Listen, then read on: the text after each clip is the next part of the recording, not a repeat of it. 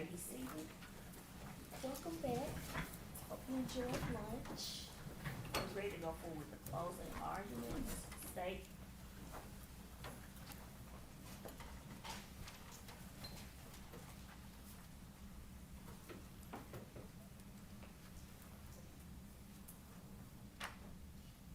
You broke my heart. I felt used. He broke up with me in a disappearing text message. Who does that to someone that they love? I wanted him to feel the pain that I felt. These are the words of the defendant, Latoshia Daniels. And earlier this week, we told you that you would hear a lot of testimony. You would see some pictures, you would see some videos, but most importantly, we wanted you to pay attention. And a key part of paying attention is not getting distracted, not getting confused as to who the victim is. The victims in this case are Mr. and Mrs. Perry, not the defendant. The decisions that she made caused them to be victims. And once we're finished here today, you'll see that this case really isn't that complicated. It's kind of easy. She's charged with 3 counts: first-degree murder, criminal attempt first-degree murder, and employing a firearm during the commission of a dangerous felony.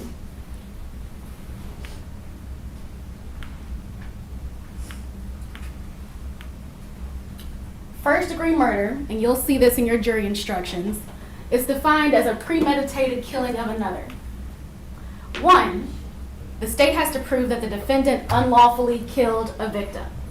2, the defendant must have acted intentionally. 3, the killing must be premeditated. So, what is considered unlawful? Well, what is considered a lawful killing? One example can be the defense of others or yourself. Intentional. What does it mean to be intentional? Does it seem like an accident? Does it seem like a mistake?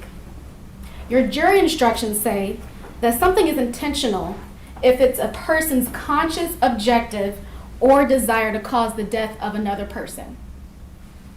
Number 3, premeditation. The killing has to be premeditated. And as we learned in voir dire, premeditation doesn't have to be a specific length of time. It could be 2 seconds, 2 days, 2 weeks, 2 months. There's no time frame. It just means that you had to think about your actions and you had time to reflect. That could be as simple as stepping out of your car, raising your arm, and the time it takes you to point the firearm at someone and shoot and kill them. Or in this case, it could be driving to the gun store, purchasing a gun, purchasing ammunition, leaving the gun store, driving 3 hours to Memphis to your married ex-boyfriend's house, and knocking on their door. So this week, we started off hearing from Tabitha Perry. She testified that her husband was an executive pastor in Little Rock, and later he moved to Memphis along with her for a new position at Mississippi Boulevard, a prominent church here in Memphis. She also testified that they knew the defendant. They knew her from Little Rock when he was previously working over there. And on April 4th, 2019, Mrs. Perry heard a knock at her door. When she went to her door, the defendant was standing there. Now, she thought it was odd that Ms. Daniels was standing there, but she didn't think too much of it because they had given their address out to several people at the church in Little Rock. After she let her in, Mrs. Perry and the defendant sat and talked about 20 minutes until Brodes Perry showed up. When Mr. Perry showed up, the defendant even told you that they sat and talked for a while. She even took a drink. And once she decided that it was time to go, Mrs. Perry and Mr. Perry led her out of their doorway And as Mrs. Perry was leading her out of the doorway, she turned back and she saw the defendant reach into her coat pocket, remove a gun, and shoot Mr. Perry in his own doorway.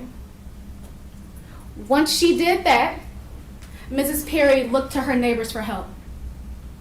She tried to get help, and then when she saw her husband lying on the ground, she went to go help him. She pleaded with the defendant, "Why are you doing this? Why is this happening? Please stop." Well, not only did the defendant not stop, she shot Mrs. Perry. And not only did she shoot Mrs. Perry, she reloaded her gun. After Mrs. Perry, we heard from Detective Roberts. He testified that the very weapon that was used to shoot Mr. and Mrs. Perry was purchased hours prior to this incident.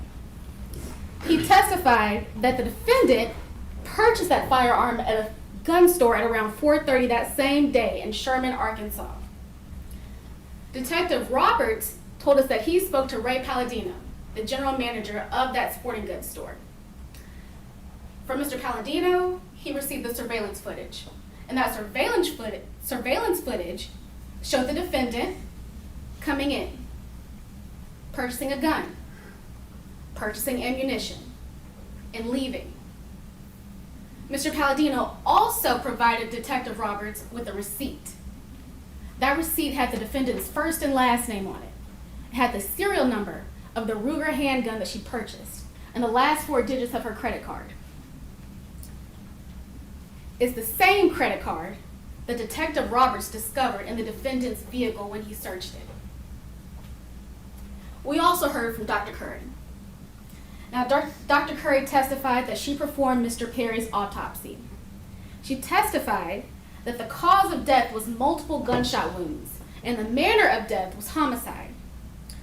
She testified to recovering the bullets, placing them in an envelope, initialing and dating them, and leaving them to be picked up. But Dr. Curry isn't the only doctor we heard from. Defense put on Dr. Bidding. Dr. Bidding was hired by the defendant and her team. And you heard her, she testified that she has testified for more defendants than she has prosecution.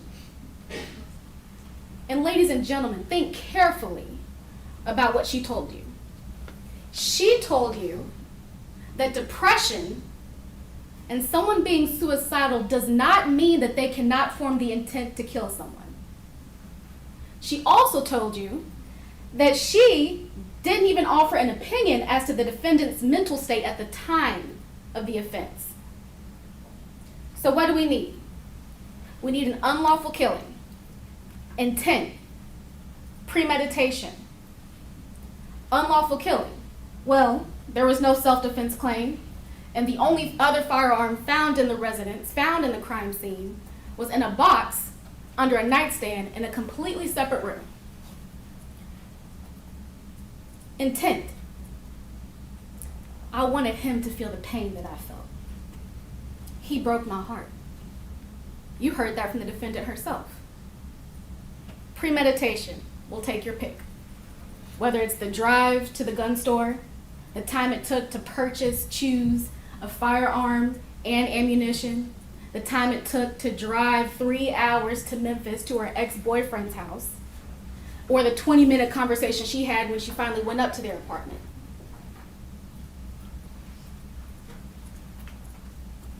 Criminal attempt first-degree murder. So in your jury instructions, you'll see what's on the screen right here. And that's a lot of words. But the judge is giving you the law, and the best way that I can describe it is that the defendant must have an intent to commit first-degree murder. But they fell short for some reason. The act wasn't complete. And that's how you have criminal attempt first-degree murder.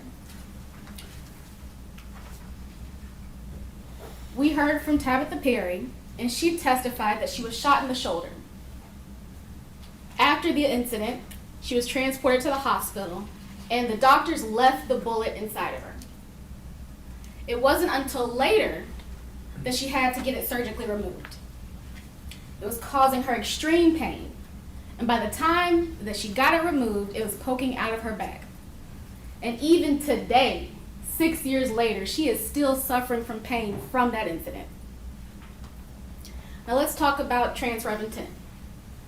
You heard in your jury instructions that sometimes when you intend to kill one person and you don't kill that person but you kill another person, that is how the transfer intent happens. Tabitha Perry testified that when she spoke to police, she told them that she didn't even believe that the defendant meant to hurt her. But that's okay, because you don't have to actually hit your intended target to be charged and convicted of criminal attempt first-degree murder. As long as you had the intent to kill one person, it doesn't matter that you accidentally shot or you actually shot someone else. Your intent is still there. The only thing that's different is the person that got hurt. Employing a firearm during a dangerous felony. So on the screen here, it says that any person who employs a firearm during the commission of a dangerous felony is guilty of a crime. The state has to prove that 1, that the defendant employed a firearm. 2, the employment was during the commission of or attempt to commit criminal attempt first-degree murder against the alleged victim, Tabitha Perry. And 3, that the defendant acted intentionally, knowing, or recklessly. In addition to Mrs. Perry's testimony, we heard from Captain Draper, Officer McLean, and Special Agent Broxane. Draper testified that he and McLean were a few of the officers that responded to the crime scene on the offense day. And when he got there, he witnessed the defendant holding a firearm. She refused to comply with orders. Captain Draper testified to the non-lethal force that was used to unarm her. Officer McLean testified to securing and clearing the weapon that the defendant had in her possession. He noticed that there was nothing in the chamber, but yet there was a magazine in the gun. Special Agent Sane testified to the ballistics. He examined the Ruger, the casings, and the bullets from the medical examiner. He determined that all the cartridge cases and the bullets had been fired from that same handgun that was recovered off of the defendant. And now we're back at the beginning. You broke my heart. So I'm going to purchase a firearm. You broke my heart. So I'm going to purchase ammunition. You broke my heart. So I'm going to take that gun and the ammunition and drive 3 hours away to your home. You broke my heart. So I'm going to knock on your door. You broke my heart. I'm going to sit there and talk with you and your wife for about 20 minutes. You broke my heart. So I decided to leave. You broke my heart.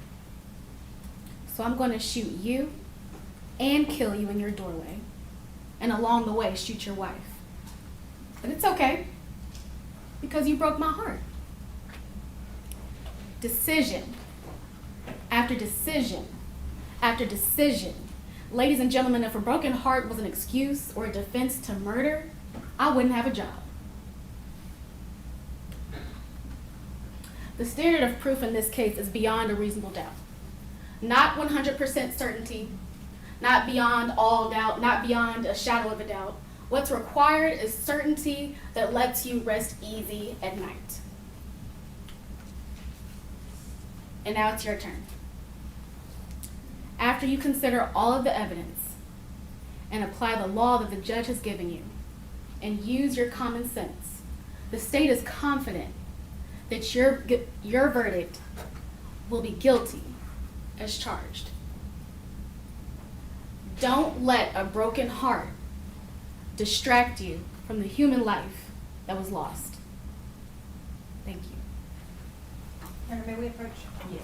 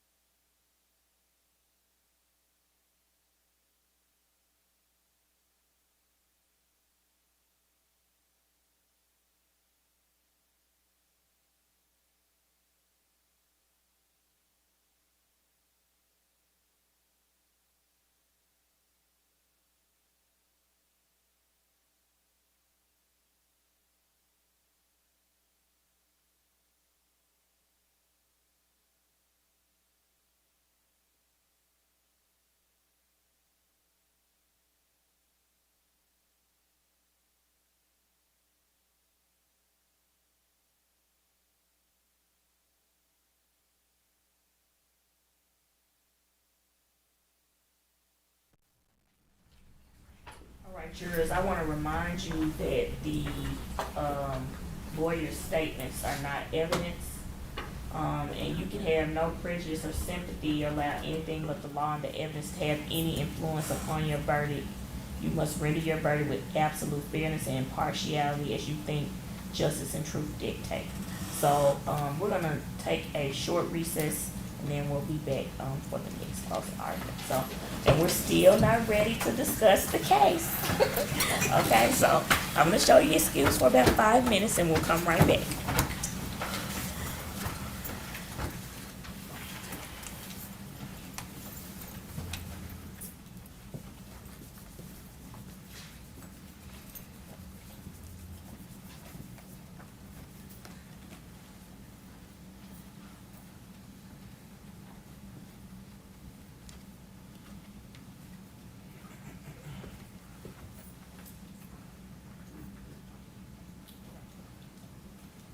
Like a 5-minute recess. Thank you. I'm gonna step down the restroom real quick before.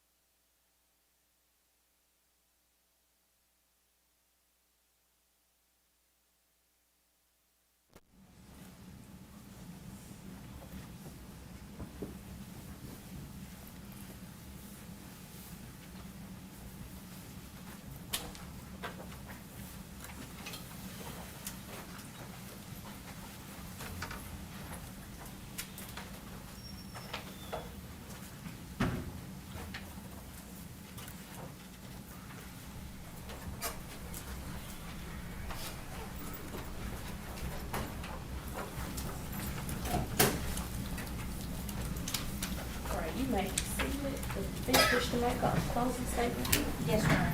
You may proceed. Thank you. Good afternoon. Good afternoon. We have told you from the very beginning that Ms. Daniels is not denying what happened. She is not saying, I have no responsibility. I have no accountability. That is not our position, and it has not been our position from the first time that we talked in Woodard. We told you she is guilty of something, but she is not guilty of first-degree murder and criminal attempt first-degree murder and employing a firearm during felony.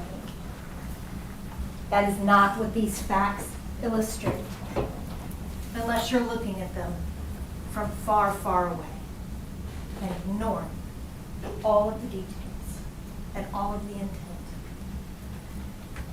When I was in high school, one of the formative trips that I took, my mom and I went to Barcelona, and we went to the Museum of Salvador Dali.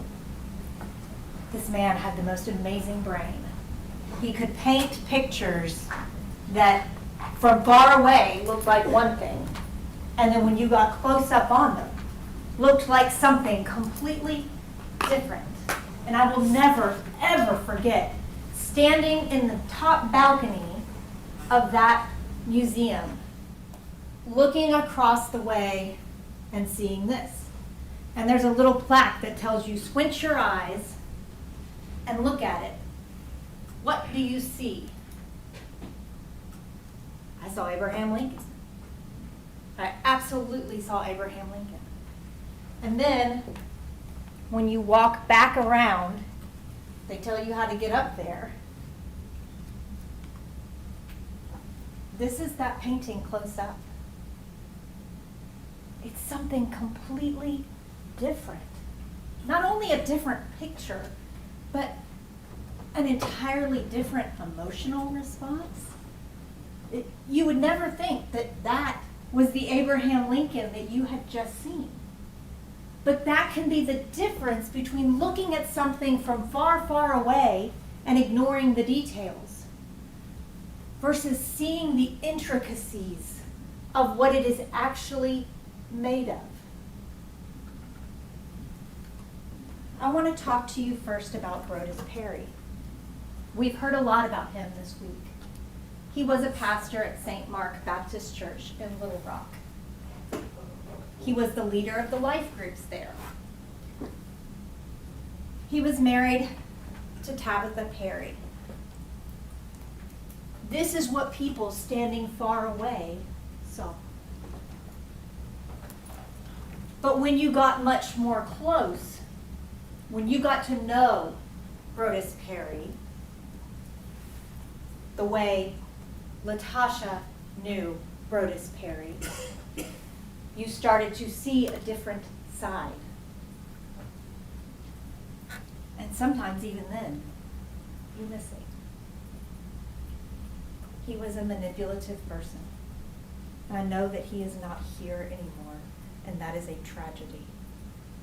But that doesn't change the fact that during his time on earth, he manipulated the women in his life. He was controlling. And he wanted this lifestyle of ethical non-monogamy. Regarding the ethical non-monogamy, that was, when I talk about the manipulation of women in his life, that was a big source of it.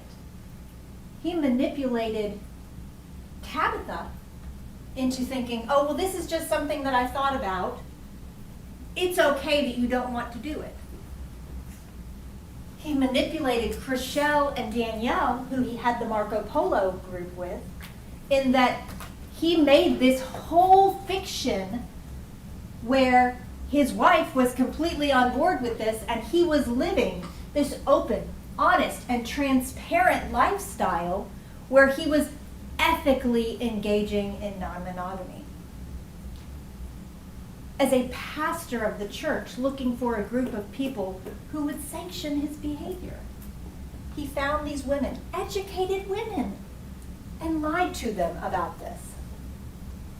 He manipulated Latosha in so many ways. But regarding the ethical non-monogamy, his position was, my wife says it's okay, so my girlfriend should not be saying no. Even to Latosha, he lied about Tabitha being opposed to this lifestyle. When Latosha got involved, she thought Tabitha was on board with this ethical non-monogamy, and she was not. We heard from Brodes Perry And manipulating these women. Those aren't an issue at home, but I get it, but it ain't an issue. I have been though, so if we talking, let's switch subject and get a little more serious. You know, for me, our agreements have been simple, right? No exes, nobody from Jacksonville, Florida, which is home for us, and nobody in the city that you live in, that currently live in, which means nobody in Memphis. That was the case, of course, in Little Rock, outside of Girlfriend, because Girlfriend is in Little Rock. The way that kind of happened is, short version, when she decided to open up the marriage and allow me to be open inside her. Girlfriend is a therapist, right? And she didn't go to her for therapy, but she asked her some questions. And based on this therapy session she had with this other lady. And she was asking her some questions after she had just said, bro, this is what I'm gonna let you do, blah, blah, blah, you know, it is what it is. Go from there, she asked her some questions. And so she was like, I just got a couple questions for you. And, you know, they were gonna play tennis together. She was one of the life group leaders. And so we had rapport, we had rapport. And she asked a question and was like, yeah, blase, I'm thinking about this. And what do you think about this? Or what do you think X, Y, and Z could potentially be coming from?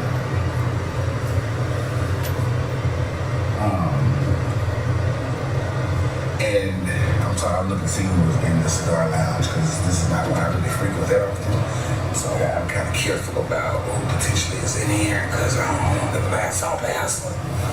You know, I really want to go in and go chill in the back, but I'm not a member. But yeah, I'm trying to debate on what's going in there now. But anyway, so the next thing that she shared with her was, you know my husband like you, right? Well, he thinks you're attractive. And she was like, what? He's like, yeah, I know what he likes, and he thinks you're attractive. Not that he's been rude or anything like that. We've had conversations. Well, we did, because one time we was hitting around having a watch. And she asked me, I was like, well, you gotta get it. I ain't gonna get it, so I'm coming across with this creepy guy, right? We're trying to spice things up. In that regard, even though that was even somewhat limited with the idea of somebody watching me, that's neither here nor there. But when the question came up, it was her, right there. She asked, well, who would you want? And that was the first thing I said. She said, I know you like her. How could I know what? So anyway, so she said, like you know, blah, blah, blah. And she said, well, if you were interested, just, now I'm not saying that you are, but I'm also saying I've given him this X, Y, and Z, and he may come your way. And she did. But she's like, okay, cool. So we had a conversation. And after that, that's when the whole nobody in the city thing came. But it was more like, I'll give you a pass with her because I essentially gave you the alley. But nobody. So I'm trying to figure this. So fast forward, that's a whole lot of shit, right? Trying to get the web. So I have been thinking about, the past couple weeks in terms of expanding, my ethical non-monogamy, and just kind of, so my wife, her and I, we were chatting over there. I was like, well, baby, I got a couple questions. I'm just curious, She knows about the, everything like that. So I was like, when do you want to know? When do you want to know that there's someone who has my interest or someone who I would like to pursue? Do you want to know the moment that I feel like it's more than just banter? Do you want to know at the moment that I would like to begin to banter? Do you want to know once I feel like it might be a thing beyond banter? Or what? Because this is kind of new for us, right? Because girlfriend, Tasha, that's easy. That's been 2 years. That's been it for the most part. Outside of me going, that's out my birthday. But it's kind of been easy in that regard. So we're trying to figure out what does that look like. So I'm just kind of really thinking through where I am with that, right? Where I, in terms of those. So there's a lot of newness. I kind of say that just to say that there's still.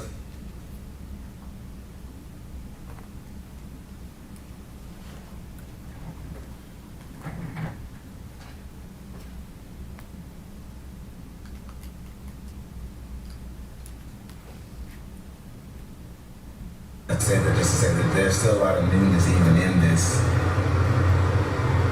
ethical non-monogamy that I'm wrestling with. And it's fun, right? It's fun, it's interesting, it's causing us to communicate and chat and really talk again about different things that we've kind of, in a real sense, have been settled to some degree. But realizing that in this ethical non-monogamy, we got to keep things in pencil and not pen. Some things are pencil, pen, right? There's some hard no's, but gotta be flexible in terms of what that looks like. So that's why I know you're talking about being sprung and giddy and all that stuff. I think because those flutters or those emotions, right, or those initial thoughts are all kind of new and very much new because this person is brand new. Like, I don't know Cherie, right? I knew Tasha. That was different. There was some level of familiarity there. And that's typically how I've always engaged women, right? With some level of familiarity. I cannot, whether being in the same class again in terms of college or something like that, I've never kind of quote unquote cold called anyone. If that makes sense. Because I'm not, I don't think I'm that guy. So, yeah. Thanks for coming to my TED Talk. I don't know if I'm gonna go in here, but now I'm thinking how far would we go downtown? Because I'm like, it's a lot of folk in there. I don't know if I trust who's in that room right now. Shit. Memphis need to do better with smoking houses, cigar houses.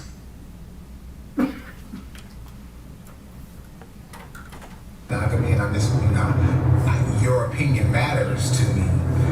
Because we are in this relationship, but at the same time, like I said from the outset, I want to be respectful, but I also want to let you know that,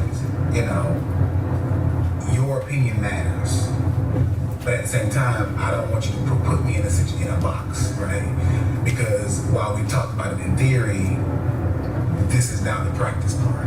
And with Tab being perfectly fine with the situation, because how I've handled and been honest and transparent and open with her with regard to this current relationship, me expanding it is not an issue for me. Basically, she told me, hey, we can talk about it when you think it's worth talking about. But the way that you handle this, I'm fine with, and I trust your judgment because you haven't given me a reason not to.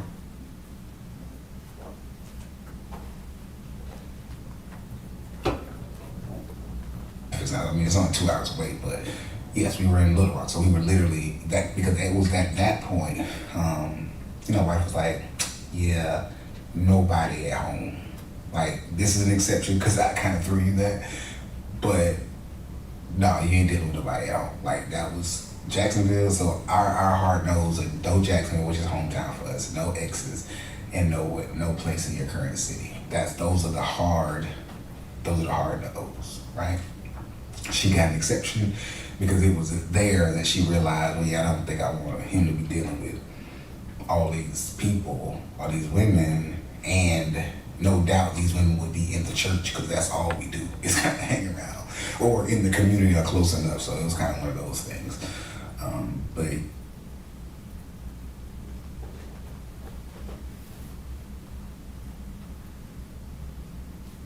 those are clips from approximately 13 videos where he talks and talks and talks, and none of it is true. None of it. You heard Tabitha sitting on the stand saying, my hard nose were all of those things and then some. My hard nose were him seeing anyone outside of our marriage. But that's not what he told Chriselle. That's not what he told Danielle. That's not what he told Latasha. He created this world of lies, this alternate reality in this chat room where he got everything that he wanted. He got validation. He got to have this lifestyle where he was cheating on multiple women, and it was okay. It was okay that he, as a pastor, do those things. That's what those women gave him. And for Latasha, she gave him whatever he wanted. And Tabitha was his wife. He took and took and took from these women. And the whole time, he was lying to all of them. I want to talk to you about Latoshia Daniels. From far away, Latasha appears to be a professional, educated, well-rounded woman. She's a licensed clinical social worker and went into a profession to help people. Church member, active in the church, a life group leader, selected among the thousands of people in the church, and placed into a position of leadership by Brodes Perry. Did you notice in the one video he said, "What I typically do is engage with women from a position of familiarity." He knew how to attract the type of woman that he was looking for. And Latasha, when you got to know her and you got to see all of the details that make her up, she was exactly what he was looking for. She was so vulnerable because of the happiness being completely drained from her marriage, from the total lack of any emotional connection with her husband of 8 years.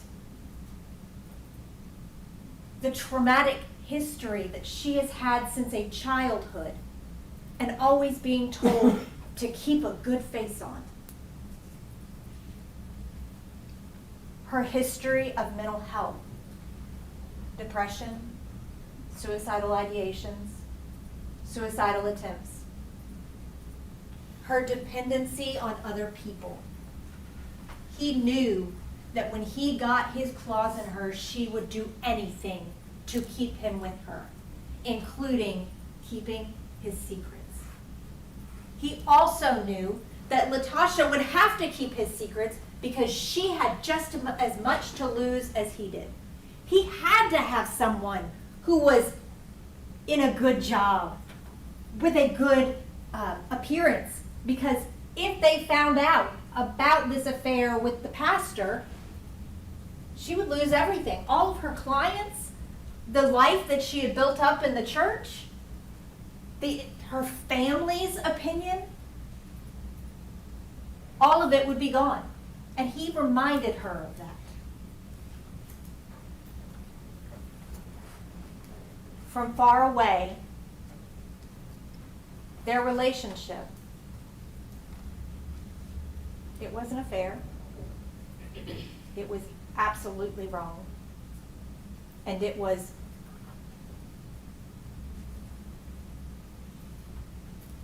neither of them took Tabitha's feelings into consideration. Neither of them. And they should have. Tabitha did not deserve that. But especially at the beginning, if you looked at that relationship more closely, there was a lot of love there. Latasha built her life around this man. He liked bourbon, so she started learning bourbon. He liked cigars, so she started learning about cigars. She got him into running with her. They joined a biking club together. All of these things that they built. And this woman who came into this relationship so starved for love and affection was receiving it, finally. And she never wanted that to stop. But when you looked at it more closely, you could also see Brodes behaving in a very controlling way, in a very manipulative way. And Latosha was getting slung back and forth between these emotions of, oh, I love you. No, we're going to have some distance. This back and forth, pulling her heart in two pieces. And I will disagree with the state, because part of something that they have to prove beyond a reasonable doubt is intent. And one of the things that you have to look at is whether a heat of passion was present. And a broken heart definitely has to do with heat of passion. There is no emotion more powerful in this world than love.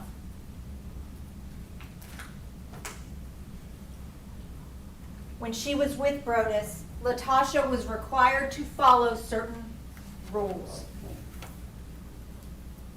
Rule number 1 that she learned on day 1. You download the Confide app, you use it the way I tell you to, and you only communicate with me in this manner unless I tell you different. Rule number 2, when Brodes took trips, Latosha was expected to be there, and she had to pay her own way, whether she had the money to or not. Rule number 3, Latosha was not to call anybody to come to them. Even in the case of a medical emergency, she was supposed to call Pastor Pointer. He knew about their relationship. He would get Brodes help, and nobody would have to find out about Latosha. Rule number 4, Latosha was not to approach him in public. He was only to approach her, because she didn't have a way of knowing if he was with someone for the church or with another pastor that may not know about their relationship. Very strict rules on what and when she could say to him. Rule number 5, when she was in a hotel room on one of their trips, she was to remain naked. Rule number 6, towards the end of their relationship, Brodes added that she should always respond to him with either yes, sir, or no, sir. And Latosha followed all of those rules because she loved that man. And she loved the love that she felt like she was getting. And then things changed. On March the 15th, Brodes behaved in a very different way. He treated her like a piece of trash, like someone who was there for his use, not his love, not worthy of his affection. And something in Latosha broke that day. And she decided that she was going to end her life. And yes, she did want him to feel that pain, because it was so much pain in her. And she came and never once threatened him. There was never a single allegation that she put him in any danger or threatened him or ever even pointed the gun at him. She actually gave the gun to him once he talked to her for about 2 hours.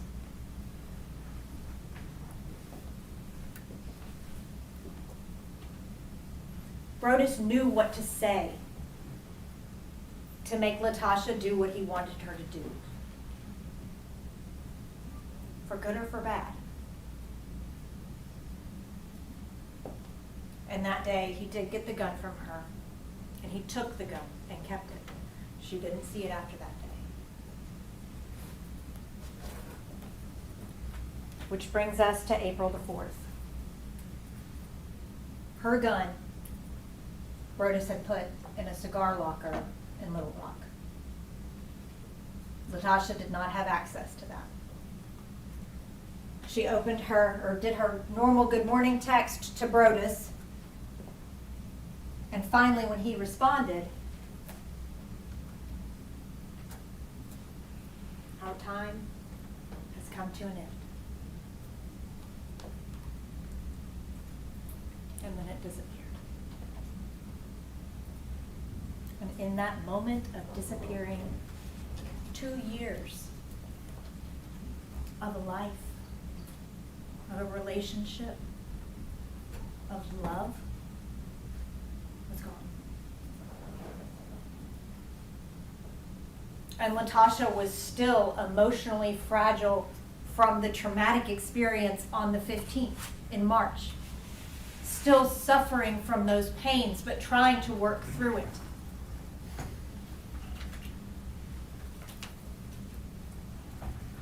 And she decided that she was right the first time.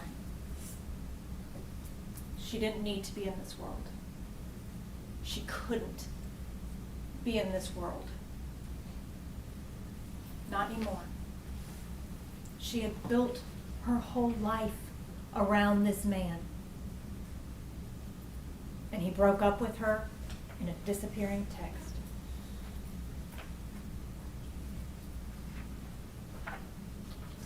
She apologized to her family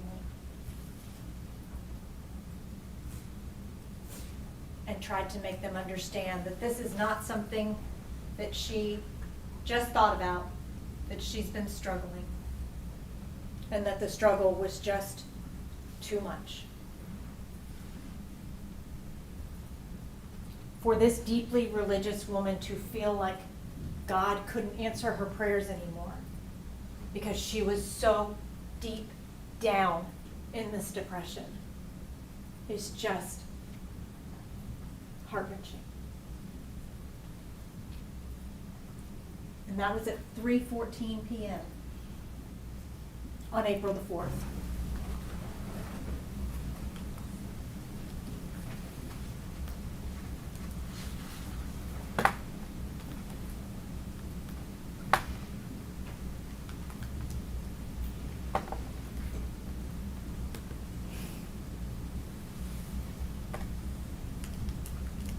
I'm having some technical difficulties.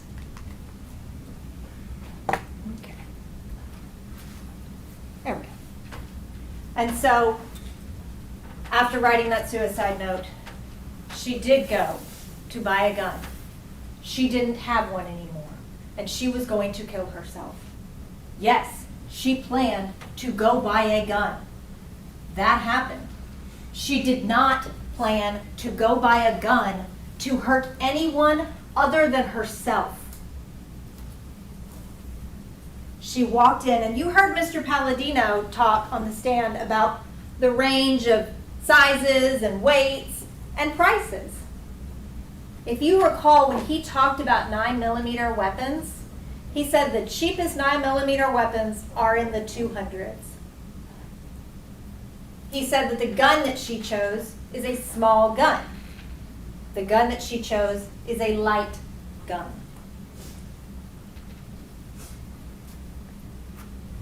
And when she went to that store on April the 4th, she checked out at approximately 4:47 after going through the background check and clearing it.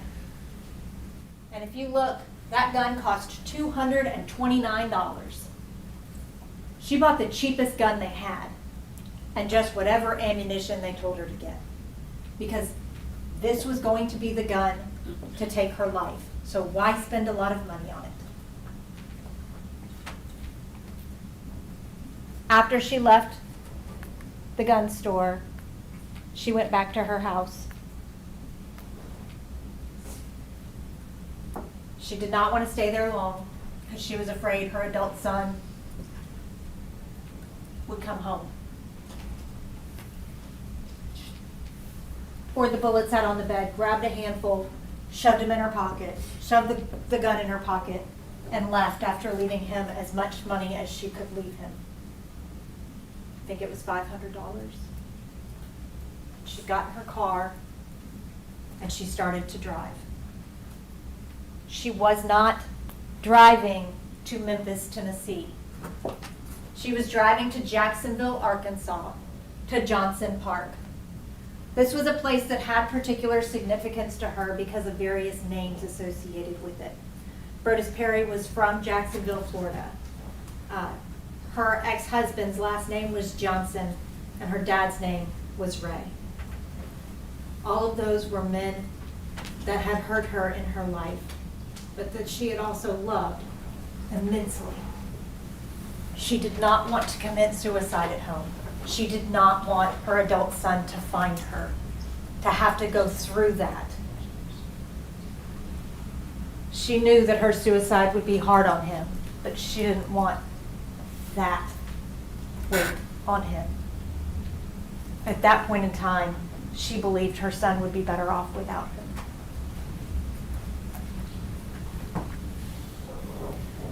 As she's on the way to Jacksonville, Arkansas, she looks up and sees a sign. And that sign said, "This way to Memphis." And Latasha thought to herself, if I can just see him one more time, I can find out why he is doing this, why he wants this to be over. Maybe I can change his mind. Maybe he will see that he still loves me. Maybe he will tell me that I am still worth loving. Maybe he will give me that reason to live.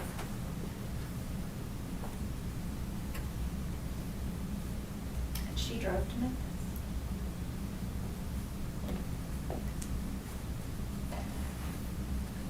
I want to ask, how many times have you been in your car running through thoughts in your brain as they race and you analyze and you're thinking, and all of a sudden you look up and you were like, how did I get here?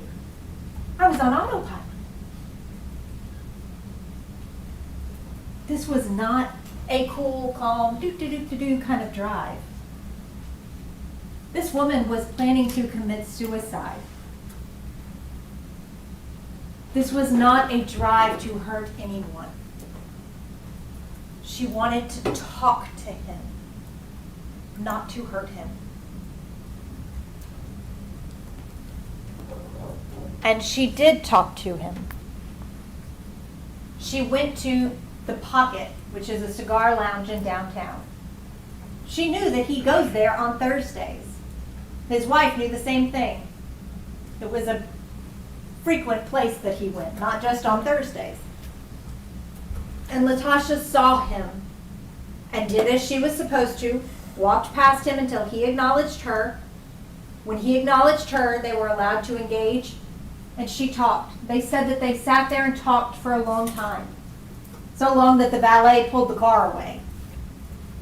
And finally, by the end of the conversation, Brodes had said, look, we can be together if you're going to be okay with the ethical non-monogamy. And Latasha said, then I want us to tell Tabitha. And Brodes said, okay, we'll go tell Tabitha. You go to the apartment, talk to her about tennis, talk to her about, whatever. Tell her you're in town for a conference. We'll tell her together. And so Latasha goes to their apartment. It's unclear exactly what time she arrived at the apartment. It was somewhere between 9 and 10 o'clock, but either way, for the purposes of the timeline, we have that span that we don't have an exact time for.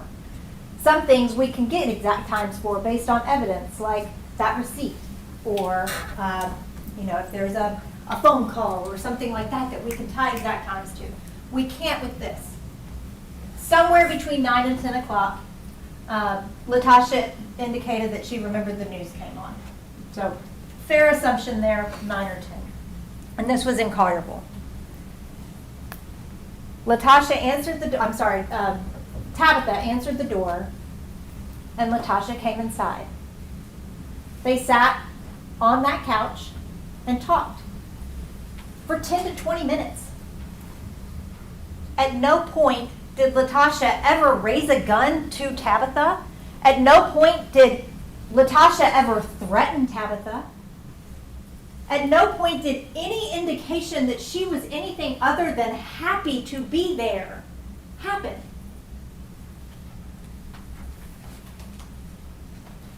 And then Brodes got home.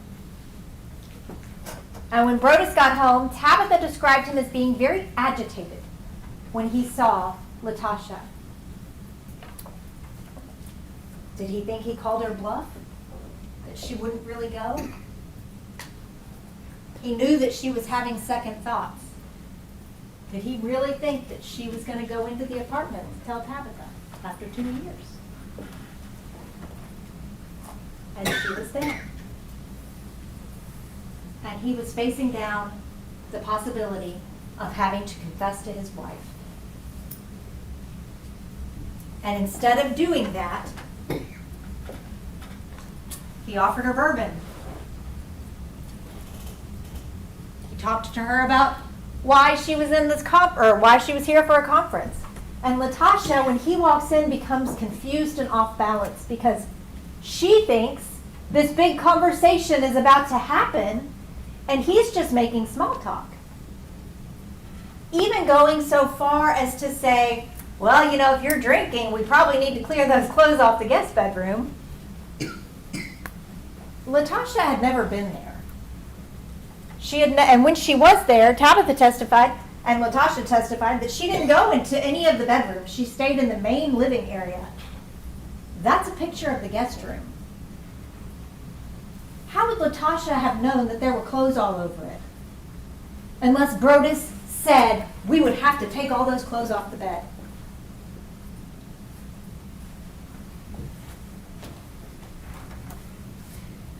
She and Tabitha and Brodes sat in that living room for 10 to 20 minutes, talking, with Latasha just waiting and waiting and waiting, thinking, well, he's talking about a bed.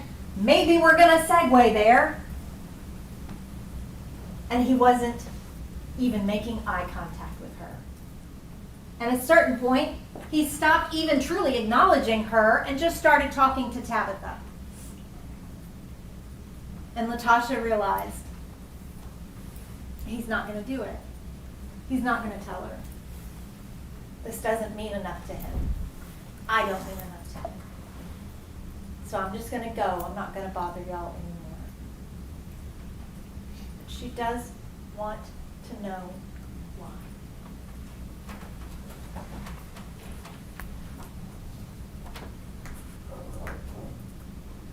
Just as a practical matter, does it make any sense that she was sitting inside of an apartment with a closed door where no one could see in for about 20 to 40 minutes? If she was intending on killing them, why would she not have done it when they were sitting in there in private? Instead of after Tabitha walks out the door into opening it up into the outside. She is outside. Latasha's standing in the doorway. If this was a cool, calm, reflective judgment, why would she wait until that point in time? If this was the plan, why would she have not done it inside the apartment? Does that make sense? But instead of harming anyone inside of that apartment, Latasha got up to leave. And when she got up to leave, Tabitha went first and came out the door. And then Latasha was standing in the doorway, and Brodes was slightly behind her. Tabitha made it all the way down to the stairwell before she realized that Latasha and Brodes were not behind her.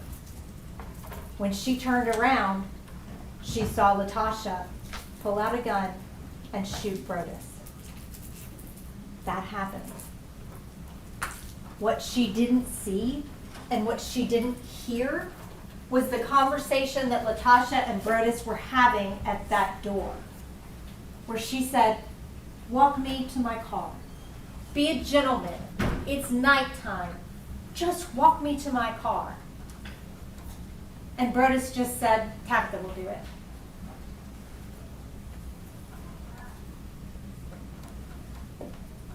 That emotional whiplash of being on the verge of killing herself to finding this hope that she can have the life that she has been trying to have with this man, to the disappointment of being dismissed by him, to this moment of just indifference, shattered her. Absolutely shattered her. And when she reached into her pocket to find her keys, she found her gun. And when she pulled her gun, that was not a calm and cool and reflected action. That was a heat of passion. She was so emotional in those moments. She did that act, but that was not a cool and calm act. That was a result of passion. As she's firing shots, she's yelling, "He broke my heart. He broke my heart." And when Tabitha starts trying to get close, Latoshia tells her to stay back. And Tabitha, who is very confused in this situation at this point, dives in front of her husband and tries to shield his body with her body. And during that process, had a bullet hit her in the shoulder. When she said, "Latoshia, you shot me," Latoshia said, "I didn't mean to shoot you." And Tabitha even told the police that she believed that Latoshia was not trying to shoot her. Tabitha felt like all of this emotion was directed at Brodes, because it was. But it was a lot of emotion.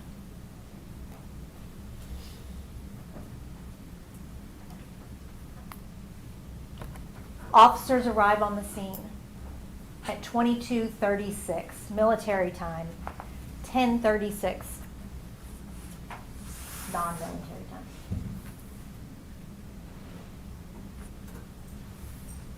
When the police arrive, Latoshia still has the gun in her hand.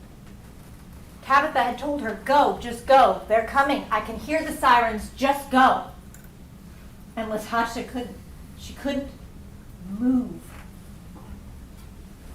She couldn't move. And when the police were yelling at her, telling her to put down the gun, what they saw and what they described was her staring blankly and talking softly to herself and repeatedly putting the gun up to her head or up to her mouth or up to her chest and eventually crouching down on the ground. And Officer Dunlap testified that he would have noticed that that slide was back and that chamber was empty. He didn't see that. The circumstances when the police got there, they're trained to assess. And they have this thing called the use of force continuum that officers kind of make a judgment on. Do I need to put my hands on this person? Soft hands? Or do I need to pull my sidearm and kill this person? And there are things in between. Do you believe that if the police thought that she was about to shoot the officers or Tabitha or Brodes in that moment, do you have any doubt that they would have shot the guns that they had trained on her? They opted for a non-lethal force because at that point in time, they deemed her a danger to herself. There is no part of what those officers saw that was cool and calm and reflective in Latoshia Daniels.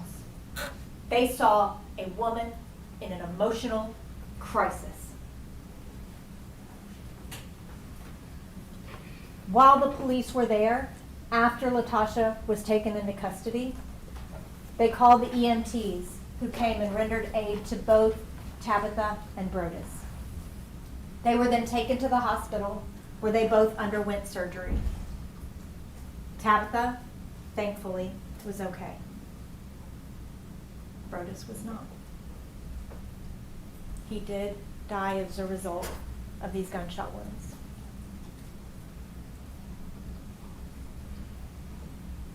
That has never been in dispute. There are several things that are not in dispute. It's just a difference of whether you look at it from far away or come in close to actually analyze it, to see the details that make it up.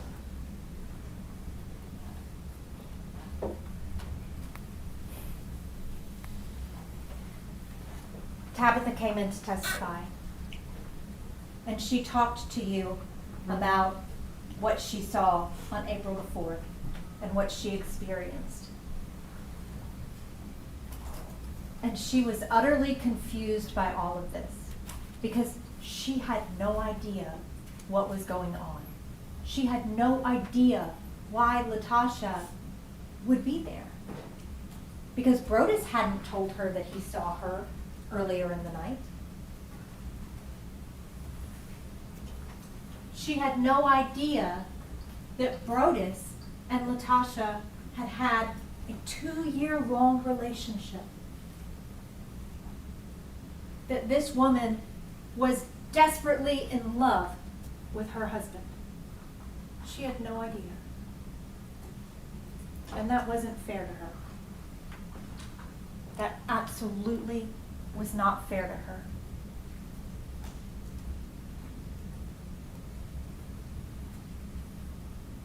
But even Tabitha came forward to say that she didn't think that Latoshia meant to shoot her.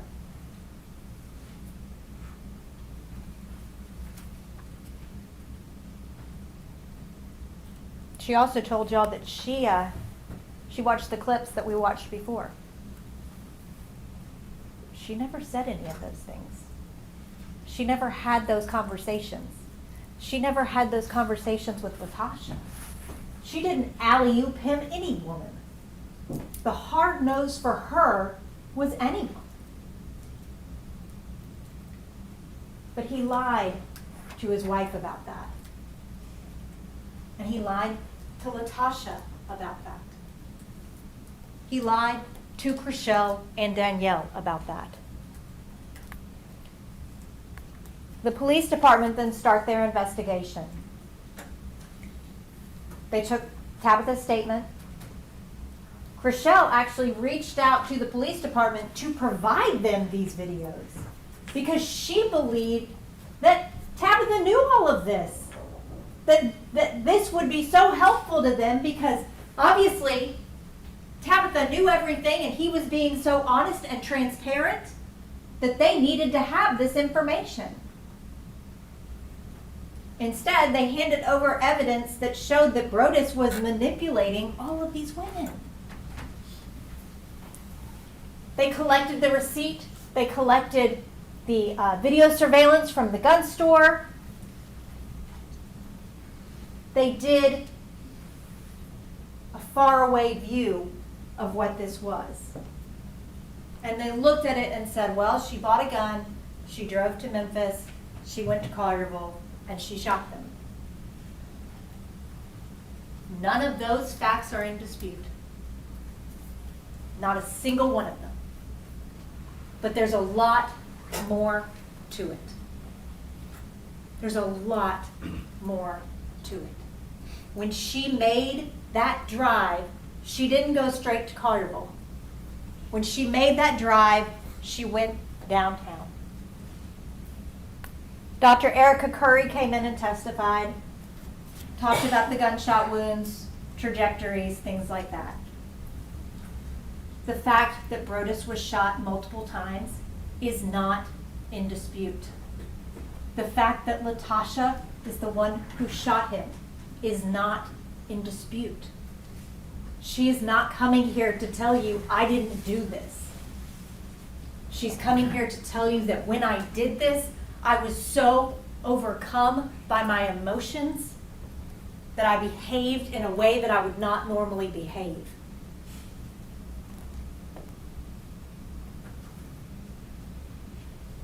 I would note, with the autopsy, it does show no stippling, no muzzle imprint. What that means is that the barrel of the gun was 3 feet or more away. When Latosha was describing where everyone was sitting, and I believe Tabitha did too, Brodes was sitting directly next to Latosha. He was in the blue chair. She was on the end of the couch. She was within arm's reach of him. And nothing happened. The other doctor that testified was Dr. Bidding. She is both a clinical and a forensic psychologist. The difference in those two things are one can kind of look at your whole picture and gather information for a legal process, and the other one can gather your whole picture and look at it for a diagnosis process. She does both of those things. And she has a very impressive CV to go along with it. And when she met with Latosha, she did find a significant trauma history. She did not find malingering, which means no evidence of the fact, no evidence that Latosha was not being honest in her answers on these psychological tests. She actually found that she tended to underreport her symptoms, which was consistent with her history of always having to put on a good face. Dr. Bidding does not just blindly rely on what someone tells her. She listens to what someone tells her and then compares it to outside sources, especially for that legal process. And she did that here. And she found evidence to corroborate what Latosha was telling her. She read the police reports, including narratives about Latosha's appearance on the scene. She read Tabitha Perry's statement describing what had happened. She watched the video of Brodes Perry talking to Chriselle and Danielle about seeing Latosha at the cigar bar that night before going home to Carterville. He read Latosha's journals. She read Latosha's journals. And all of those corroborated what Latosha was telling her. She had a history of depression, and she would not, the state was right, she would not offer an opinion on her state of mind at the moment of the offense. And that's what matters legally, is at the moment. However, she did have a position about her mental state around the time of the offense. The reason that she could not speak to at the moment of the offense was because Latosha has trouble remembering those moments, just like Tabitha did, because trauma can do that to your memory.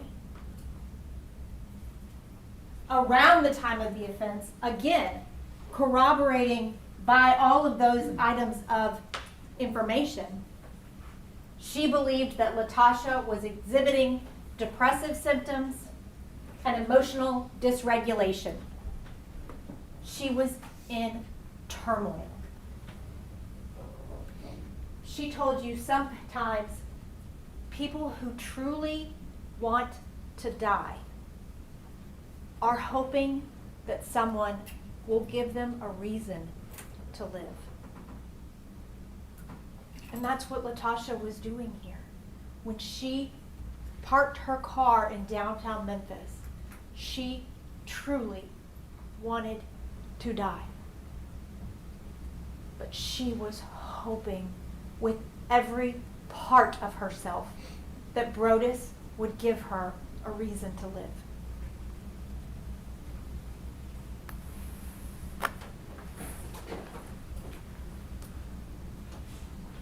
Latosha talked to you, and she told you her story. From a young age, all the way up to reaching out to Brodes for counseling, through their relationship, about his rules, about her love, about the fact that he had told her that Tabitha was on board with this. He just hadn't told her yet about Latosha. She told you about that emotional whiplash that she suffered for that last month leading up to April the 4th. She was getting pulled by her heart in so many different directions. And she talked to you about the fact that the moment that her hand went into her pocket was a moment when she was shattering. That was the word that she used. In that moment, she shattered.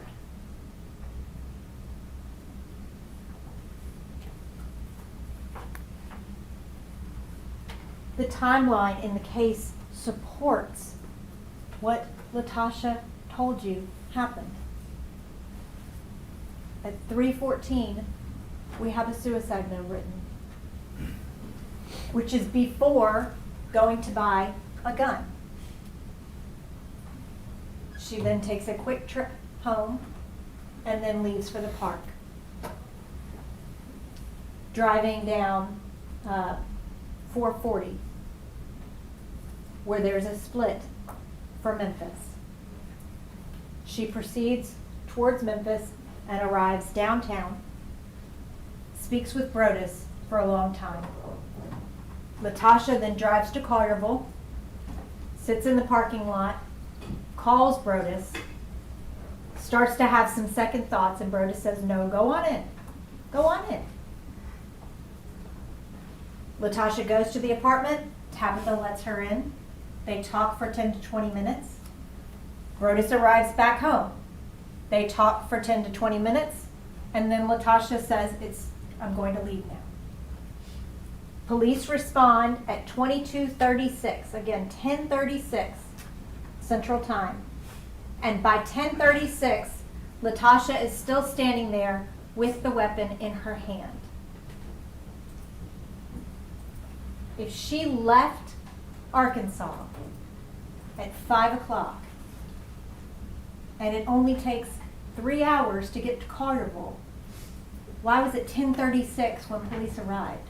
Unless there was something that happened in between.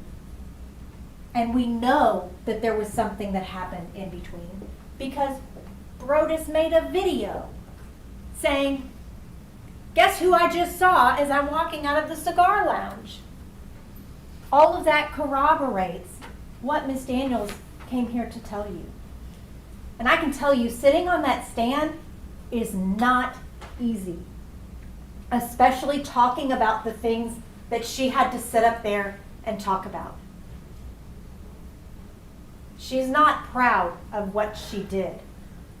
She is extremely remorseful for what happened that day. When the prosecutor during cross-examination said, "You went there to shoot him, didn't you?" She said, "No, No, ma'am, I loved him. I would never hurt him. No, that was not my intention. Because she didn't come to Memphis to hurt him. She was planning on hurting herself. And she walked into that apartment happy to be there in the hopes that she would get some semblance of that love back.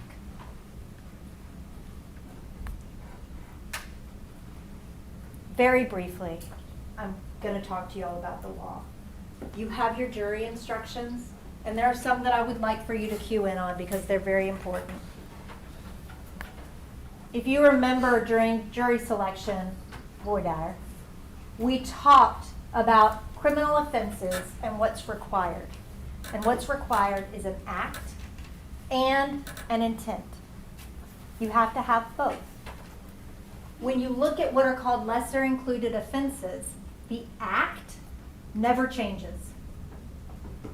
The intent is what changes. On count 1, the lesser included offenses are all of the offenses: first-degree murder, second-degree murder, voluntary manslaughter, reckless homicide, criminally negligent homicide. As I told you, Latoshia Daniels pleads not guilty to first-degree murder. I submit that the appropriate charge in this case, as it pertains to Brodes Perry, is voluntary manslaughter. Voluntary manslaughter is an intentional and knowing killing that occurs during a heat of passion. That is exactly what the facts before us in this trial have laid out. Premeditation requires the exercise of reflection and judgment, careful consideration,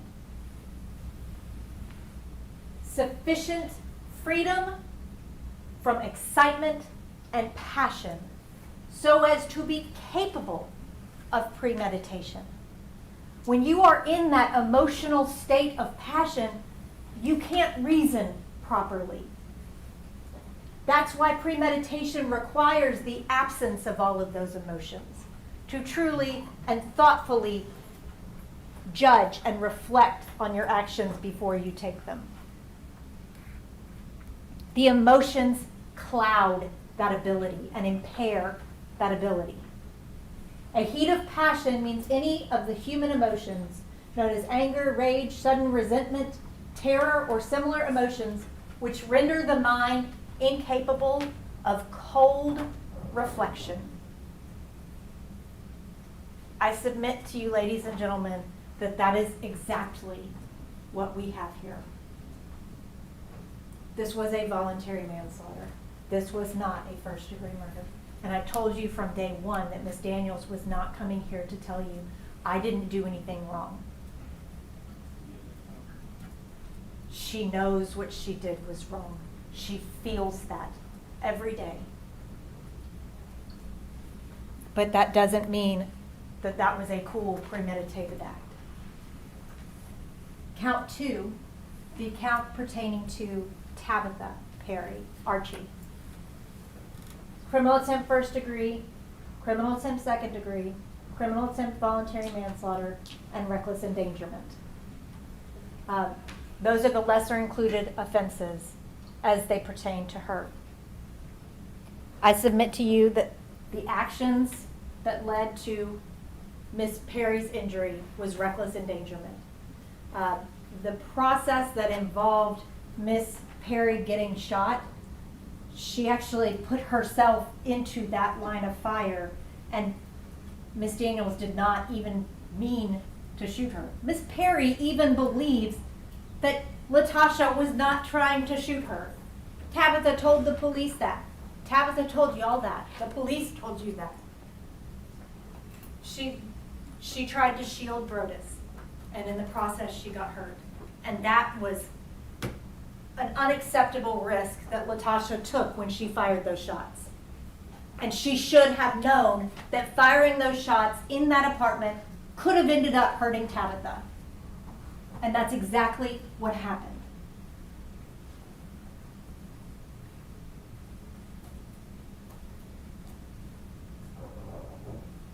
The definition of recklessly in your jury instructions is found on page 9. And that is where, when you look at reckless endangerment, it will refer you back to the other definitions. That's where you find recklessly. A person acts recklessly when they are aware of but consciously disregard a risk that is substantial and unjustifiable that the alleged victim will be killed. Because it's under the reckless homicide, they refer to actual killing. It's applicable also to the reckless endangerment without a killing. The risk must be of such a nature and degree that its disregard constitutes a gross deviation from the standard of care that an ordinary person would exercise under the circumstances as viewed from an accused person's standpoint. She had absolutely no intention to hurt Tabitha, but firing those shots was a risk that she would. And she did hurt Tabitha. I submit to you that the appropriate charge on count 2 is reckless endangerment. All of these must be proven by the state beyond a reasonable doubt. And we talked for a long time in voir dire about beyond a reasonable doubt. Nope. The prosecution must present evidence that is so convincing that it leaves no other logical explanation for the facts except that the accused is guilty of the charged offense to a moral certainty. One of the elements that must be proven is the intent, is Latoshia Daniels' intent.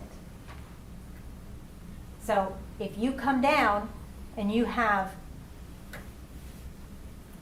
one version of this event where this is a cool, calm, premeditated murder, and you have another version of events where this is a woman who was in an emotional distress, and both of those are reasonable based on the evidence, then the state has not carried their burden as to first-degree murder. The appropriate charge would be voluntary manslaughter. And that burden is very, very high.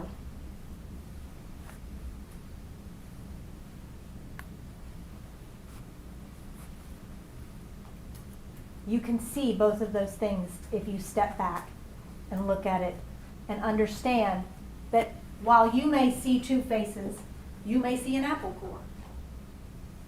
And it's reasonable to see both of those things.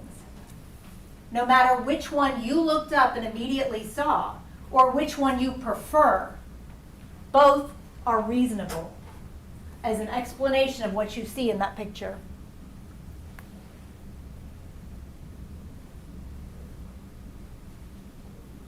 This is the state's case. From far, far away, looking at these facts. Facts that are not in dispute. But they are missing the actual picture and showing you something that isn't really what this was. I'm asking you to look at all of the evidence that has been presented to you over the course of this week and to see the details of what that picture actually is. Thank you. Any jurors in the room? State, go.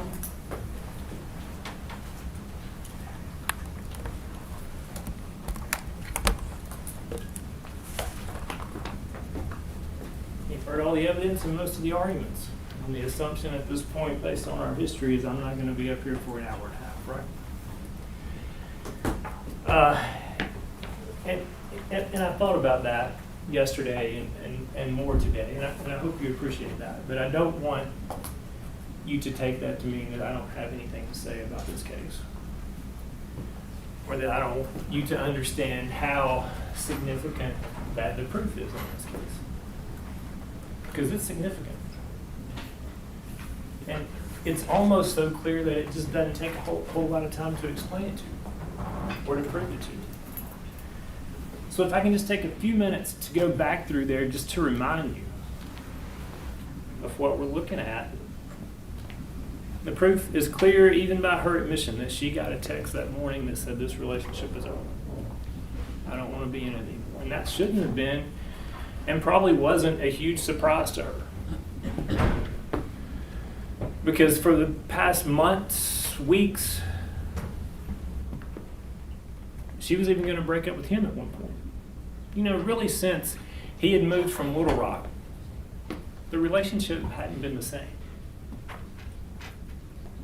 So what did she do in response to that? And she can tell you, this is what I plan to do. But the proof is she immediately went to buy a gun and immediately drove to Memphis to find him. 3 hours. And that's not disputed. She says, I was going to kill myself. But she wound up in Memphis with him. And she wound up at his house. She was still there when the police arrived. She shot him multiple times and shot Tabitha Perry Archie in the process. I mean, that's overwhelming proof of intentional premeditated murder, and she agrees all that happened.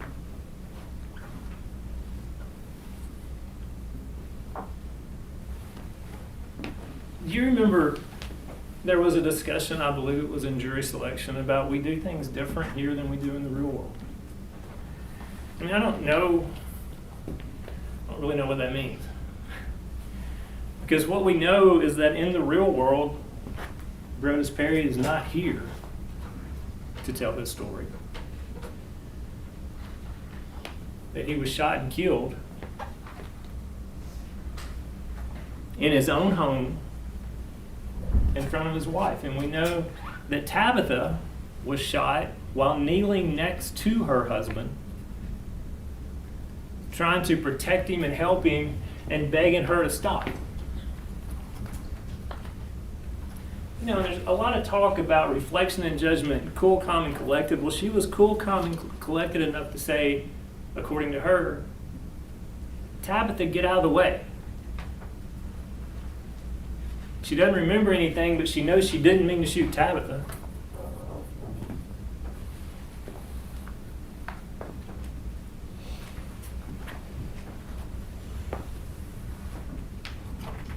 I mean, that's in the real world. And this is hard, I know. Talking about Tabitha, it's a good time just to point out, I mean, there is transferred intent. And so we don't have to prove she was trying to kill Tabitha. Just that she was trying to kill somebody, and she was trying to kill somebody. She did kill somebody. And in that process, she shot and caused serious bodily injury to Miss Archie. So when you have a case like that, with those facts that line up perfect, I get the text, I go buy the gun, I drive to Memphis, I show up at his house and I shoot and kill him. You got to come up with something as a defense, right?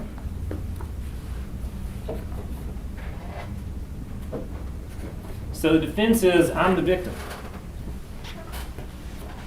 And I'm going to talk about that a little bit in a minute, but I want to talk to y'all a little bit about who she is, who is claiming that she's the victim in this case. It's an almost 40-year-old grown woman who has a doctorate degree, who has been twice married and twice divorced, who runs her own business, and who voluntarily entered into and started this affair with Brodes Perry. She admitted that.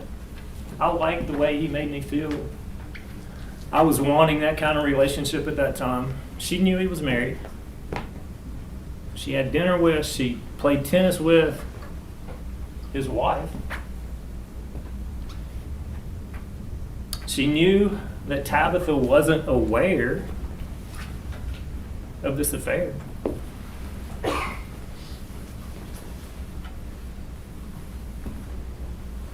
You know, that there's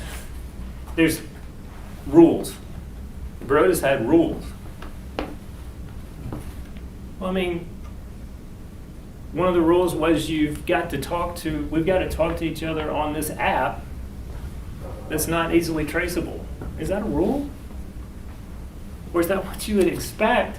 Two people who were married because they were both married when this started, that they might come together and say, you know, we probably don't need to text each other and email each other on our phones and on our computers, because we got to hide this. Is that a rule? Is that manipulative?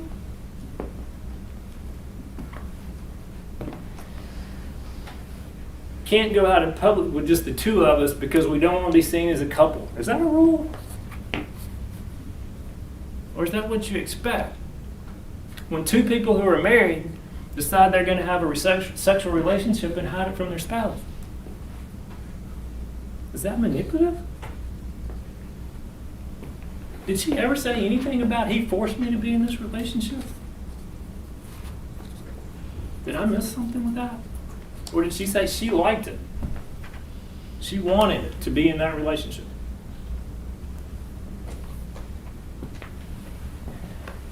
I can't put your plane tickets on my card.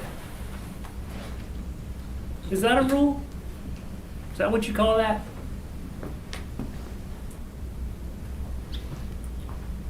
You know, she couldn't make one trip, so she said, so I decided to go on the Jerusalem trip because I couldn't make it on wherever the other trip was, Cuba or something. So, hey, I want to go on this other one because I didn't get to make that one. Is that you're expected to go? Or you want to go hang out with the married guy of my friend at a hotel room in Israel? Which is it?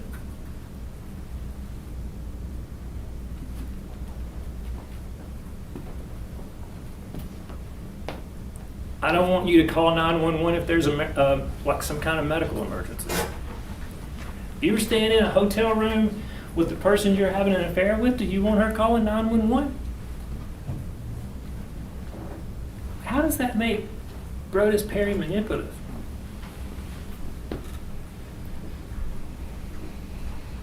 She drank bourbon with him. She smoked cigars with him.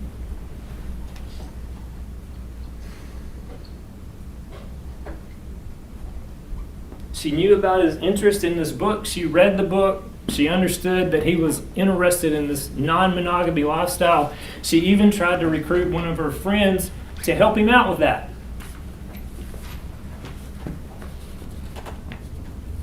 A 38-year-old grown woman with a doctorate degree who run a business and has been twice married and twice divorced.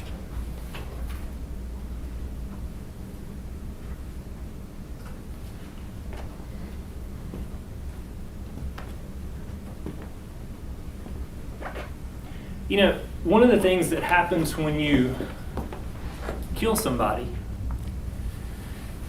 is there's only one side of the story that gets to be told, because there's only one person that's left alive. And so we spent a lot of time talking about how bad Brodes Perry was. We played videos for his widow and made her sit there and say, no, I didn't know that. He was lying to me.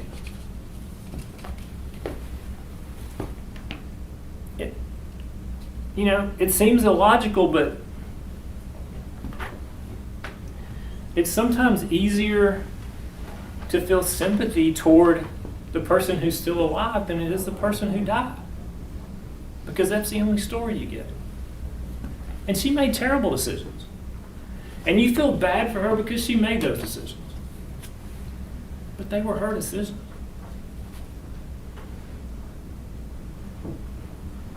If Brodes was here, would he say, I'm sorry, I wish I hadn't done that way?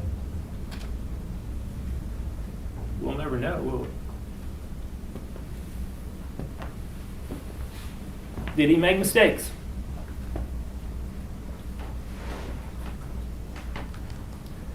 I want to quote to you from the jury instructions because I think it's important. Because you can't look at her and say, I feel sorry for her because she made that decision.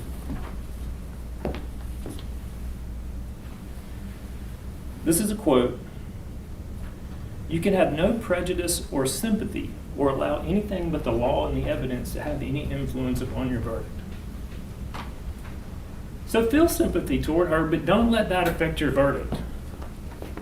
You'd be inhuman not to feel sympathy toward her.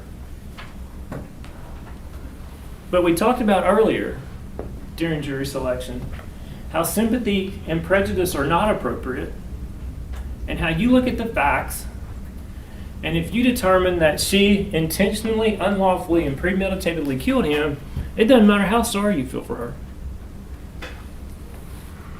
Because you're not supposed to use sympathy.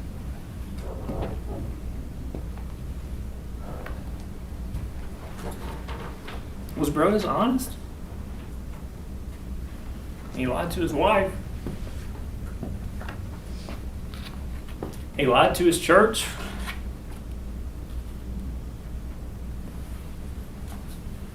He lied to two people in a book club on an app where they sent videos back and forth to each other who he had never met.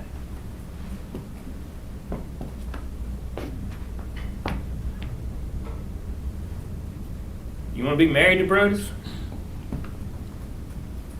Maybe not. Did he lie to the defendant? I don't know if we know that. I mean, she knew he was married. She knew they were hiding the affair. She knew Tabitha didn't know. She knew about the book. She knew he wanted the non-monogamous lifestyle. She knew that early in the relationship. She read the book.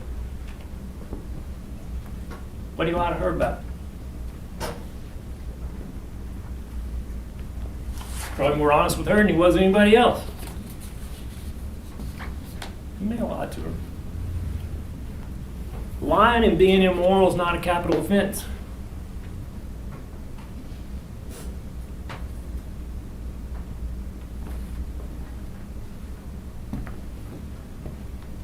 Latoshia Daniels also made a lot of choices. She got to tell you she's not proud of them. Brodes didn't. She made a choice to start the affair.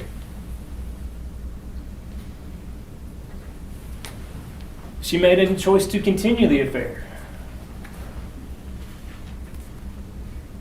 She even made that choice after she claims that he made her feel bad in the hotel room to continue that affair. She made the choice to hide the affair.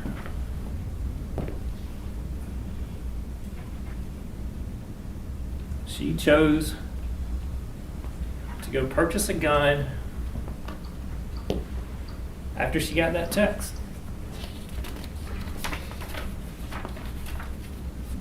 She chose to drive from Little Rock to Memphis. She chose to go to the Perry's house. She chose to take her gun into their home. And you'll note that premeditation, if done prior to the act, like, so you can premeditate a murder, and then you can go to do that murder, and you can be overcome by adrenaline, excitement, any other emotion you can think of. But if you premeditated it before you do that, and then you follow through with the murder, that don't negate the planning that you did beforehand. Why didn't she shoot him when the door was closed? Think about it all you want to. It's probably hard to pull out a gun and shoot somebody, even if you plan to. You can plan that all the way from Little Rock to Memphis, and it still may be hard to pull the trigger.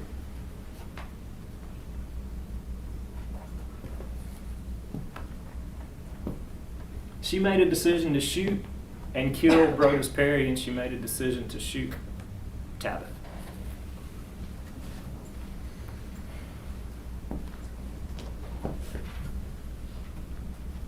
One of the defense witnesses was Dr. Bidding.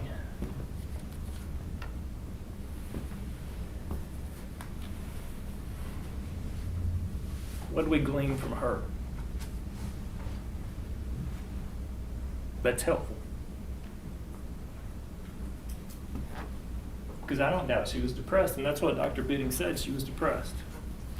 And I'm not taking that lightly. Depression is an awful disease that affects millions of people. But Dr. Bidding said it doesn't mean that you can't. Dr. Bidding said it doesn't mean that they commit violent acts because they're suffering from depression. Depression doesn't cause that, and depression doesn't cause you to lose your ability to plan, use judgment. And she specifically said that that depression is not a cause of impulsivity.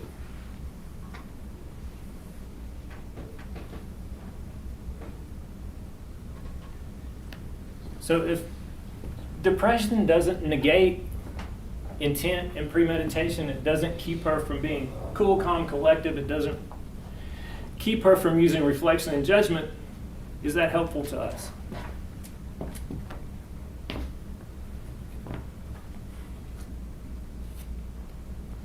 You also heard from Dr. Bidding about this defense under Tennessee law called insanity. And what she said was, there's a defense in Tennessee. And if a person is of this mental state where you can't appreciate the wrongfulness of your actions, then they can be found not guilty of the crime, because there are two things, the act and the intent. And she said, this insanity applies when someone is not able to appreciate the wrongfulness of their actions because of their mental state. And I said, well, did you evaluate the defendant for the criteria for insanity? Yes, it was not there. Insanity would not, the criteria were not met when I evaluated the defendant for that. You also heard Dr. Bidding talk about what she called diminished capacity, which in Tennessee is this, you might still be guilty of something, but you're not guilty of the more serious offense because your capacity is diminished because of your mental state.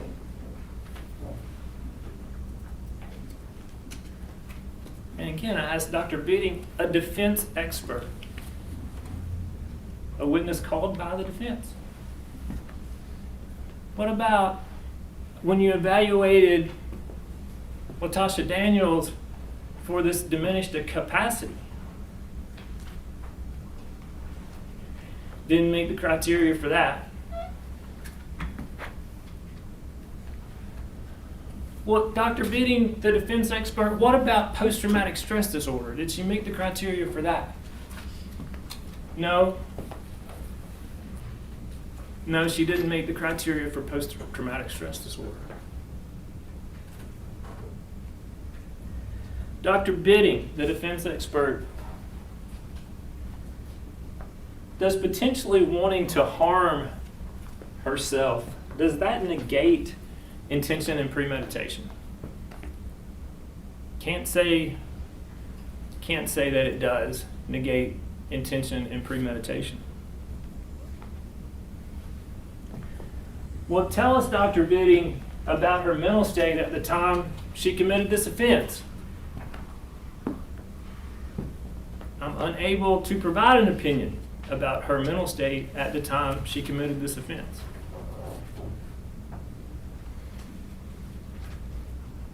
What about Dr. Bidding's testimony did you find helpful? I found helpful the fact that she said she did appear to exercise judgment just prior to this homicide. And she did appear to engage in planning in the moments leading up to this homicide.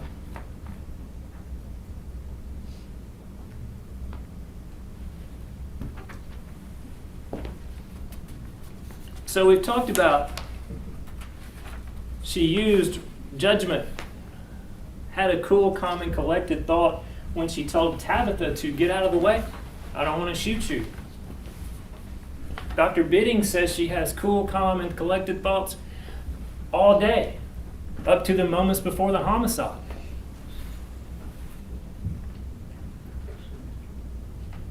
Then we heard from Officer Duncan,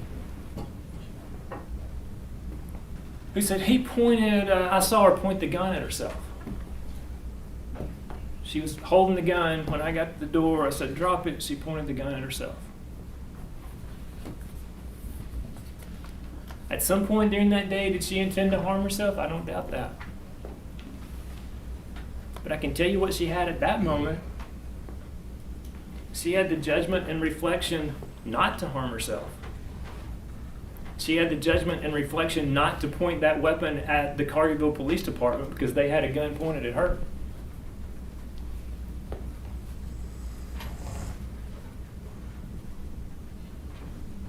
Where's the lack of judgment and reflection?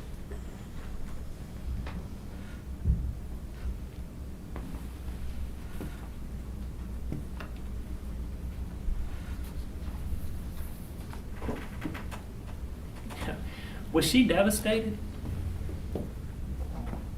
Was she in love? Were her feelings hurt? Had she spent 2 years in a relationship with a married man and she realized he wasn't going to leave his wife? I don't doubt that. Did she know what she was doing? Yes. And it's unfortunate. It's unfortunate for her. It's unfortunate for Brodes Perry's family. Unfortunate for the widow of Brodes Perry. That doesn't change what happened.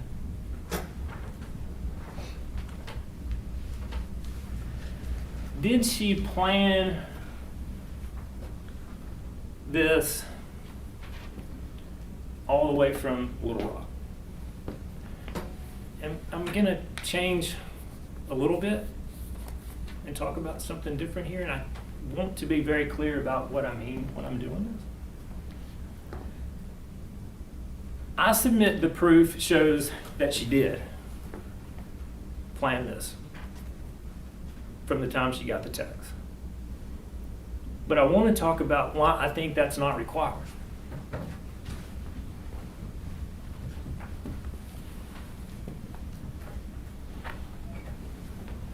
It's impossible to know what she was thinking because we can't read her mind.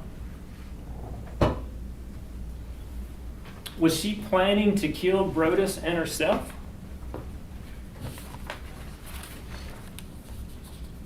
Maybe. That doesn't negate the fact that she killed Brodes and that she did it on purpose, intentionally, with premeditation. Did Brodes ask her to go to his house? I mean, his reaction says no. The history between the two of them says no. A hidden app. Got to have somebody with us. We went 2 years, we hadn't told her. He didn't want Tabitha to know. So the history between them indicates no. So the evidence is contrary to her description of what happened. And again, I'm going to emphasize that because I'm going to make another argument. But I want to read. The evidence is contrary to what she describes as happening. But it really doesn't matter. She's asking you to consider voluntary manslaughter. And the kind of the difference is the killing resulted from a state of passion produced by adequate provocation from the alleged victim. sufficient to lead a reasonable person to act in an irrational manner. Well, there's no question she acted in an irrational manner, because it's hardly ever rational to point a gun and shoot a guy 7 times who's not threatening you, doesn't have a weapon, and is not even, there's not even a chance he's harming you physically. No even history of him harming you physically. So that's never a rational act. So the second part of that is very important, because it can't be adequate provocation that makes Latoshia Daniels act in an irrational manner, because she did.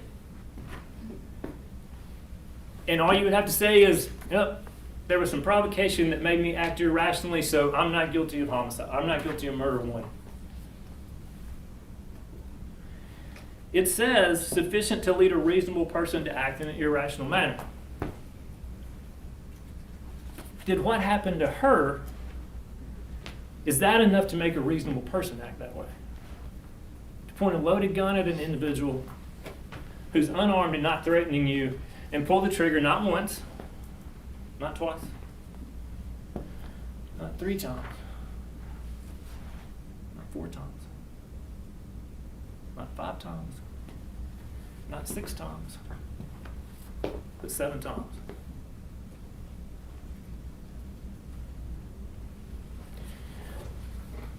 Somebody talked to you about the classic law school example of voluntary manslaughter, where someone comes home and they find their spouse in bed with somebody else having an affair. And before they have time to reflect on that or cool down, they kill either their spouse or the person they're having the affair with. And that is the classic law school example. Latoshia Daniels doesn't fit the classic law school example. Her spouse was not having an affair. She didn't react immediately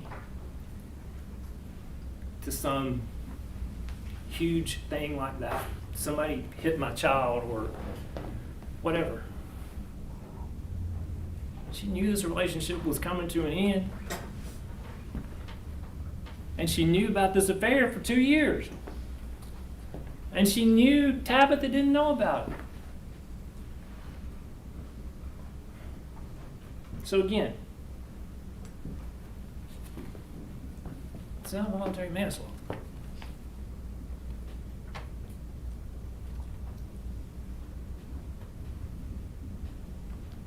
So I want to look at her story and set aside all the other evidence for just a moment.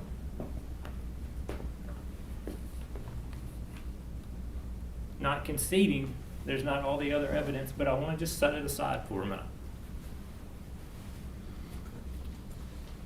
What was the adequate provocation?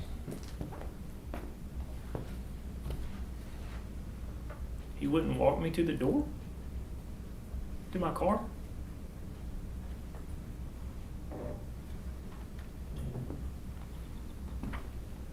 It's the only provocation I heard.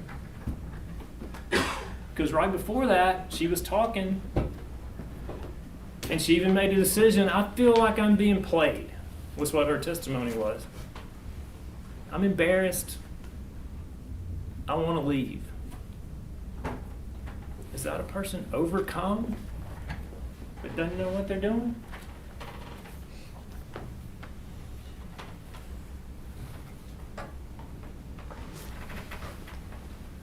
And she had known since that morning he was ready for this relationship to end.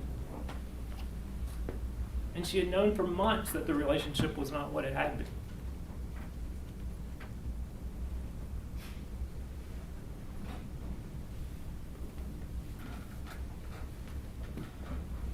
That's not provocation that would lead a reasonable person to act in an irrational manner. It may be provocation that would break your heart, that would hurt your feelings, that would cause you to be really upset and really mad and really regretful, maybe ashamed, maybe embarrassed.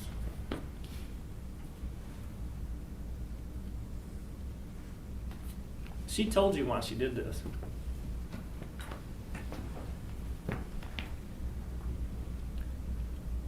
And to convict, all you got to do is listen to her.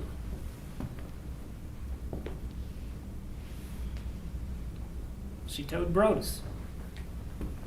I don't know if he heard her because he had a bullet in his head. You broke my heart. That's why she did it.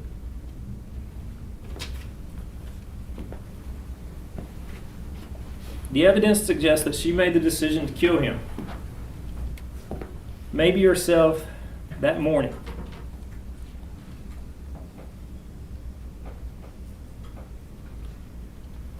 But even if she made it when he declined to walk her to the car, it's first-degree murder. There's no time period required for premeditation. Some of the things you can look at, she shot an unarmed, unthreatening person. She was making decisions that she felt like she was being played, that she was embarrassed. She was walking to the door. She reached in her pocket and pulled out the gun that she had brought into their home. She didn't go back out to her car to get the gun. Was it for protection from her car to the door, or did she forget it was there? We heard both sides of that story.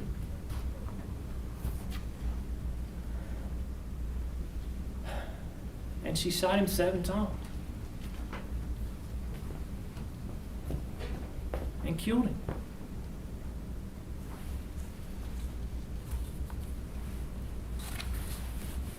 How can that not be intentional and premeditated?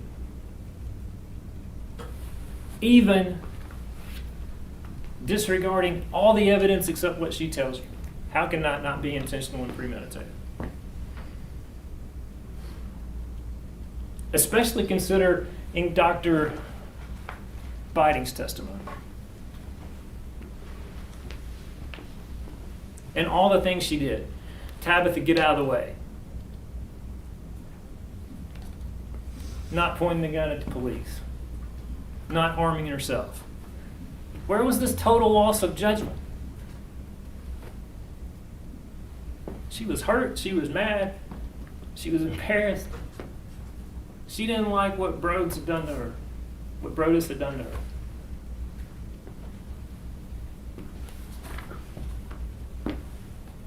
I ask you to follow the law.